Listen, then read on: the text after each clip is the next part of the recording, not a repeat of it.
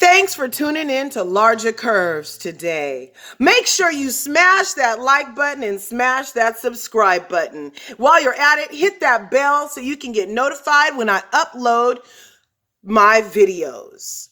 Okay, today we're going to be listening to some parts of Monique Samuels' discussion panel that she had last night. We're going to start with her talking more about the reunion. You can see from her shirt she wasn't finished. Is Jamal coming? Of course not. Petty much? Of course you are.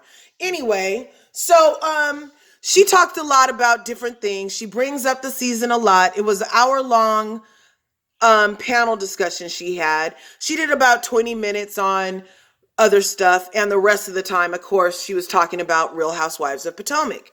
That she said she quit right after the Real Housewives of Potomac reunion part 3. She did a IG live with her husband and then hit some other news cycles saying that she quit.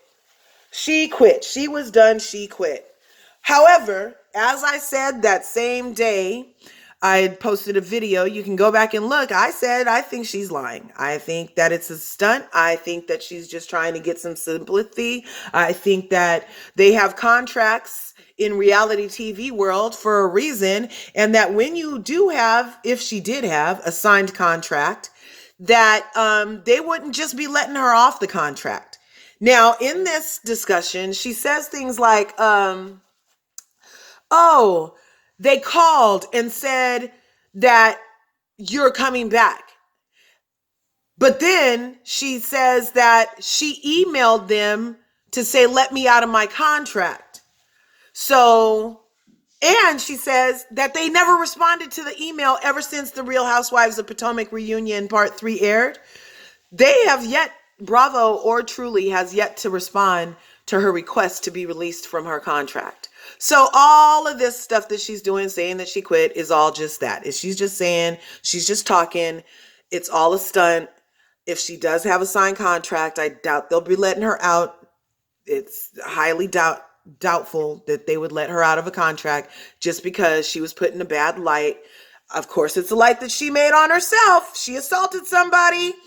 She wanted that smoke. She got that smoke, but now she don't want to breathe it in. So anyway, she's still out here talking. Let's see what she has to say.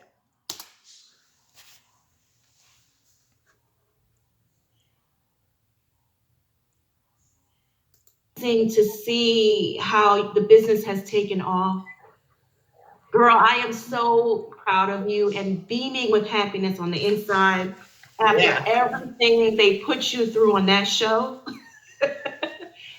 It's, God's glory is amazing. So congratulations, sis. I'm so happy for you. All right. Thank you. Let me jump in here. It's been going amazing. Yes. Clap it up to Monique. Okay. Yep. So what was a defining moment during part 3 of the reunion that made you say, you know what, enough's enough. I'm out of here. I can't do this anymore. That's actually a great question. And I had the pleasure of speaking with 2 of my VPs this week, one from Bravo and one from Truly. And they're actually 2 people who I consider friends. So it was nice to catch up with them. And they asked me that question. What was my breaking point? Because I had just been asked back for season 6, which I wasn't expecting. I thought that I was going to be fired. I honestly believed that after last week. So when they called and they offered me back, I was like, I just sat on the phone. They were like, are you excited? I said, yeah, I am excited. And they were like, why am I not excited? I said, because I thought y'all were going to fire me. So they started laughing and they were like, no, we would love for you to come back. It's going to be a long road ahead of us, but we believe we can, push through. So I was excited about it. So when I had the conversation with them, I explained to them that I understood the fact that I had 19 episodes that were heavy on me, the whole season, very heavy on me. When you get to reunion, I felt as though that should have been vindication for me, just not for one part, but for all parts where I should have been vindicated. If you can go in on me for 19 whole episodes, you can vindicate me for 3 reunion episodes. Let me have my moment. And all the people who have been hiding behind their hate and doing really ruthless, raw, nasty things, expose them. Let people see what they really been up to. Let people see what the real full story is. And I was very disappointed when I saw my husband and I live, and that was featured on the reunion, which was not a part of the show. But then argue back and forth with me about the incident involving my child and saying, well, that didn't air, that wasn't a part of the show. Right. What? It should be equal. If you're going to show Chris and I going live, which was a response, as I said last week, to Candace's live, then show her live too. Because in her live, she actually admitted that there was a plot. She said, I was there for it. She said all of that out of her own mouth. Nobody put a gun to her head. Nobody made her do that. Me and her weren't even cool when she went live for her to even tell that truth. So when you show a half of a story and then try to paint a picture as if my husband and I purposely wanted this as a part of some type of storyline, I call BS and I call deuces and I'm out. So that was it. That makes sense. I mean, that would have been the final moment for me too. And what I didn't understand is if they're going to show your response and Chris's response to Candace's live, but that wasn't on the show. Why are you showing something that wasn't on the show? I don't get it. It made no sense. Right. It made no sense. Exactly. All right. So my next question is, had the fight not happened, what would viewers have seen of your storyline? Because we never got to see, much of your storyline after the fight. And everybody, whoever's not talking, if y'all can mute your mic this way, it's not cutting over top of everybody. So basically. Okay, so I'm gonna let that play. That's not really the stuff about what her storyline was gonna be. Doesn't interest me as much as what we just heard about the reasoning that she had for leaving. And now we're going to go forward to the part where she says that they haven't even responded to the email yet, though. Yes, we did.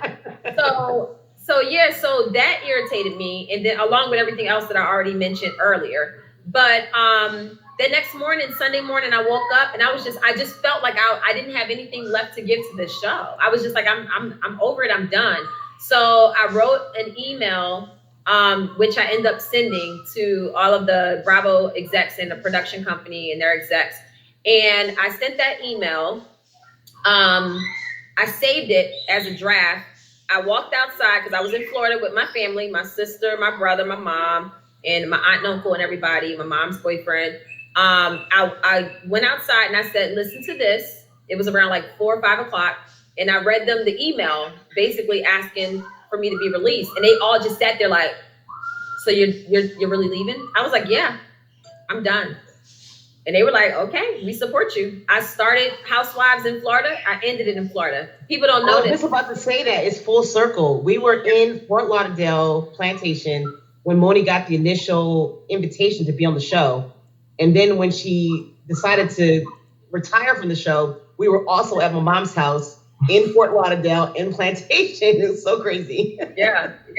So I told them, and as soon as the reunion was done airing, I hit send, and then I went live. And that email has still not been responded to, and it's been how many weeks?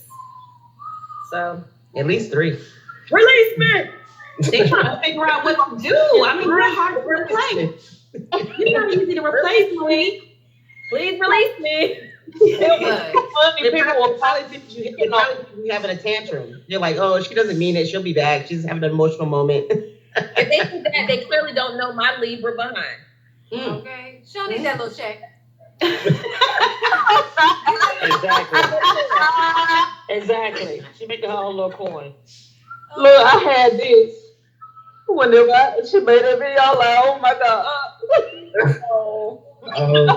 People were calling, checking on me left and right. I was like, I'm okay, y'all. Listen, I feel like the way you left was a mic drop as far as I'm concerned. Like video, my new business. I'm out this bitch. Wow. Right. Like, Right. Absolutely. Okay, so there you have it, straight from Monique's mouth. She has not been acknowledged as being released from the contract she supposedly signed. She sent an email saying she quit. She wants to be released. They have yet to respond. She might have to come back next season as a result. Just like I said, you guys, Monique is very interesting, isn't she? She's a beautiful woman to look at, but it seems a little plotted and thick. She didn't get the reaction she wanted from the masses at the Real Housewives of Potomac reunion part 1, 2, or 3. She made herself out to be the villain after a violent assault and refusing to say sorry for over a year, and then sitting there like she's a sex bot ice queen. I don't know. Anyway, thanks for tuning in to Lrgacurves. Make sure you smash that like button, smash that subscribe button, and we'll see you in the next video. Have a great day.